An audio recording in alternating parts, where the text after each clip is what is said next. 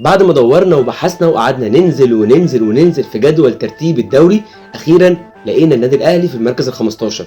قلت اتكلم بقى عن نادي الزمالك وادي 2 لعيبه حقهم كانوا من نجوم لقاء المصري. اول لاعب هو خوان بتزيرة. خوان بتزيرة ده لعيب ملوش حل، بيرقص اي حد يا جماعه، فنفسي لعيبه نادي الزمالك تتعاون معاه، تبصيله يديله الكوره وهو هيعمل بيها اي خطوره، هياخد فاول، هيشوط، هيباصي، هيرقص، هيحرج الفريق اللي قدامه، وبيخلي الفرقه اللي قدامك تعمل لك 1000 حساب، وبتعمل كمان للاعب ده 1000 حساب. بدل ما بلاعب واحد يمسكه يبقى 2 و3، بيفتح كمان مجال للاعب اللي جنبه انه يبقى فاضي ويعرف يجيب جول.